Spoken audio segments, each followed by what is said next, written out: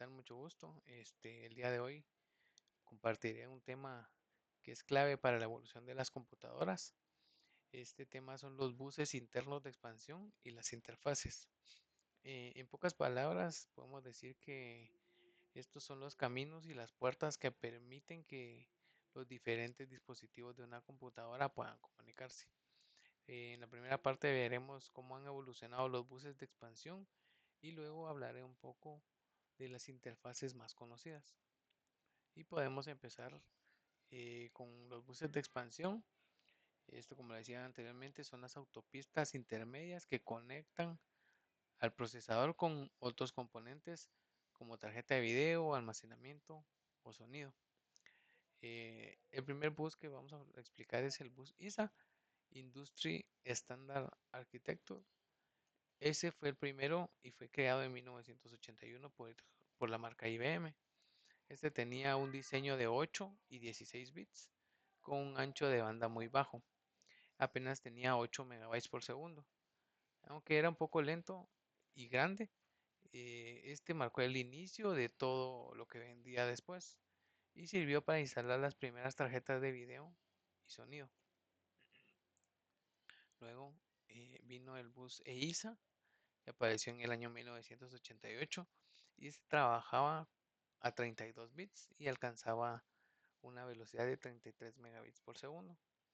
Eh, lo bueno que era compatible con ISA y esto fue importante porque facilitó la transición de ISA a EISA. Este se usó bastante en servidores y tarjetas SSI. Luego vino los MCA, Microchannel Architecture. Eh, IBM un año antes había lanzado este bus, el MCA, que era un poco más moderno y con cierto plug and play, pero tenía un problema que era propietario y no era compatible con otras marcas. Por esto, aunque ofrecía una velocidad de 40 megabytes, no tuvo tanta aceptación. Eh, el siguiente bus que veremos es BESA, Local Bus. En 1992 surge este bus que se llama BESA Local Bus, que estaba enfocado en acelerar los gráficos 2D. Era muy rápido para el tiempo en que estaba surgiendo, en 1992, y tenía una velocidad de 132 megabytes por segundo, pero no se alcanzaba, no se escalaba bien, y así que tuvo una vida corta. Luego en 1993 los PCI marcaron hay un antes y un después con los buses que venían anteriormente. Este bus fue creado en 1993, como lo había dicho anteriormente, y tenía capacidad de 32 bits y 64 bits. Este alcanzaba una velocidad de 533 megabits por segundo, lo que era mejor independientemente del procesador y tenía plug and play. Se volvió un estándar y se usó prácticamente para todas las tarjetas de red, sonido y video. Luego surgieron los buses AGP. Estos surgieron para gráficos 3D. En el año 1997 apareció este bus con un canal dedicado para GPU. Su versión más avanzada alcanzaba los 2.1 GB por segundo y fue clave para el auge de los videojuegos en los años 2000.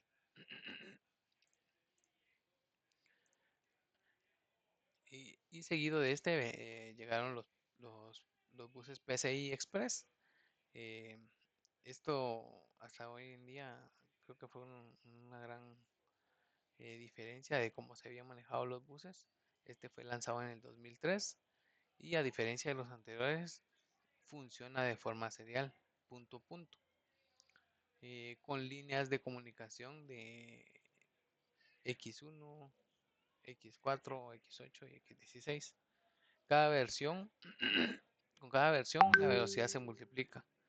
Eh, Tenemos PCI 3.0 que llega a 32 GB por segundo, PCI 5.0 que llega a velocidades de 128 gigabytes por segundo. Y ya se trabaja en PCI 7.0, que llegará a alcanzar 512 gigabytes por segundo. El día de hoy es un estándar en GPUs y trabaja de esa forma, ¿verdad? Hasta aquí hemos visto la evolución de los buses y por acá tenemos una tabla comparativa para estos dispositivos, ¿verdad?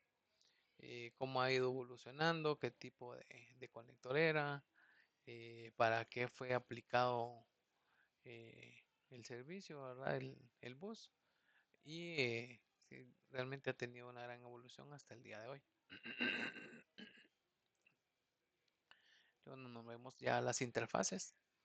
Eh, Estas interfaces son las conexiones externas e internas que permiten enlazar dispositivos periféricos.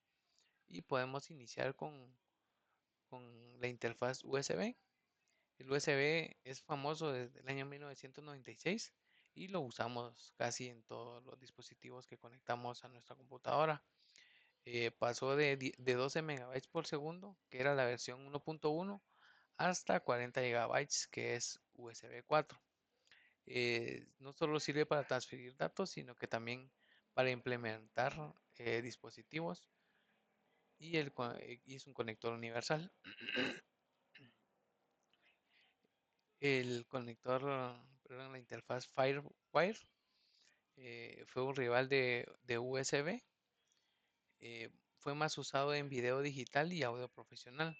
Este permitía la comunicación directa entre dispositivos peer-to-peer sin pasar por una PC.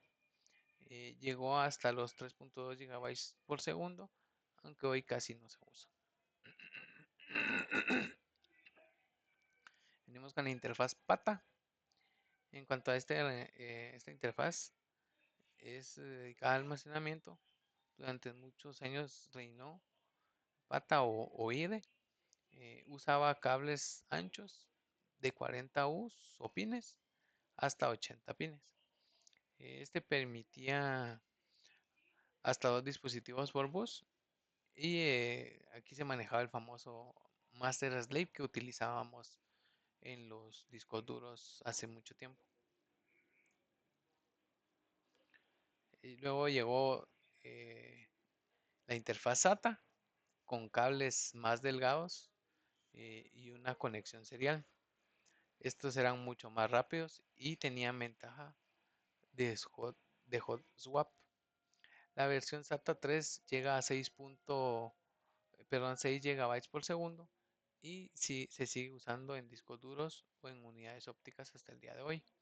Aunque en SSD ya se está reemplazando por otro conector que es NVMe.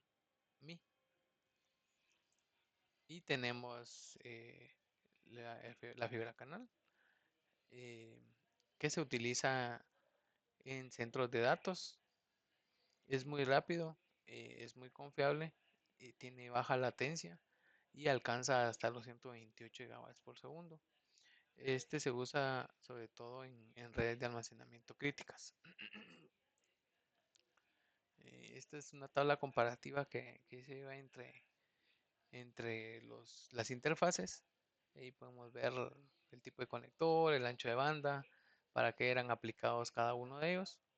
Y en conclusión podemos decir en general de la presentación que tanto los buses como las interfaces son parte de la historia de las computadoras y han ido mejorando su rendimiento día con día.